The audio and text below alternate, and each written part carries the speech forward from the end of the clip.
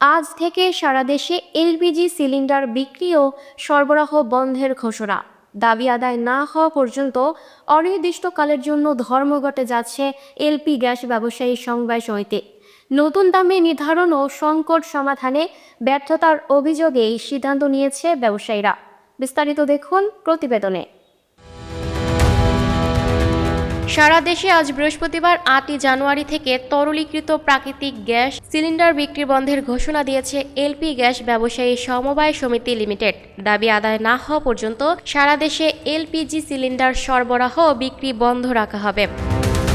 বুধবার ৭ জানুয়ারি রাতে সারা দেশের পরিবেশক ও খুচরা বিক্রেতাদের জন্য এলপি গ্যাস ব্যবসায়ী সমবায় সমিতি লিমিটেডের সভাপতি মোহাম্মদ সেলিম খান স্বাক্ষরিত এ সংক্রান্ত নোটিশ জারি করেছে ব্যবসায়ী সমিতি।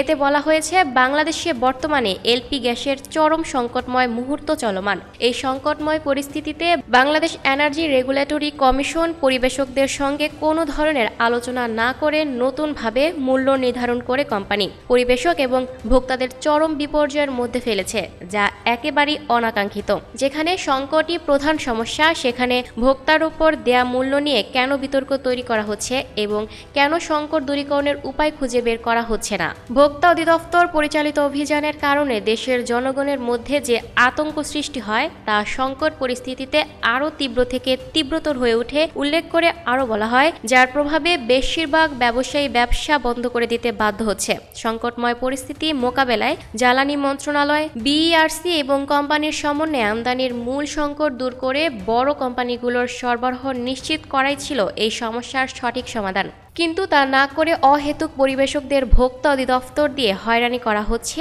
যা একেবারেই অযৌক্তিক। ব্যবসায়ী সমিতি জানায়, বিইআরসি সরকারিভাবে মাসে একবার মূল্য ঘোষণা করলেও জ্বালানি খাতে বিভিন্ন জটিলতার কারণে কোম্পানির তরফ থেকে মাসে একাধিকবার মূল্য সমন্বয় করা হয়, যার দায়ভার সম্পূর্ণভাবে পরিবেশকদের বহন করতে হয়। এই সমস্যা সমাধানের লক্ষ্যে একাধিকবার বিইআরসি এর কাছে লিখিত চিঠির মাধ্যমে সাক্ষাৎ প্রত্যাশী হলেও বিইআরসি সেই সুযোগ দেয়নি। এই সমস্যার সুষ্ঠু সমাধান চাই।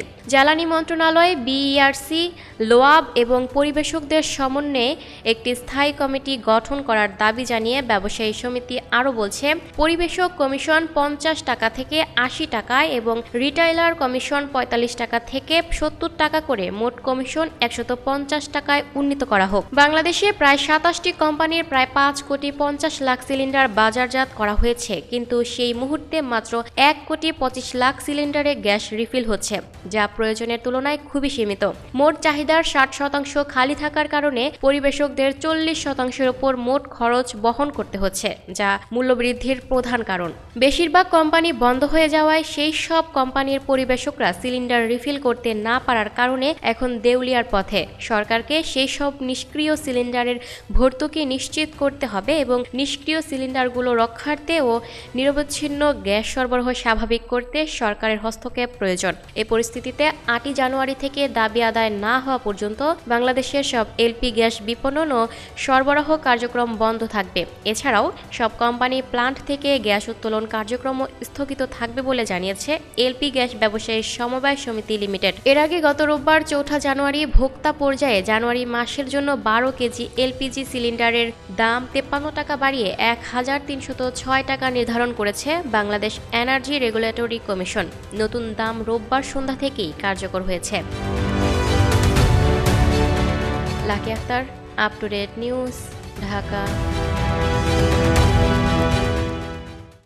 প্রিয় দর্শক, এই ছিল আপ টু ডেট নিউজের সর্বশেষ আপডেট। পরবর্তী আপডেট সবার আগে পেতে চোখ রাখুন আপ টু ডেট নিউজের ফেসবুক পেজ এবং ইউটিউব চ্যানেলে। ধন্যবাদ।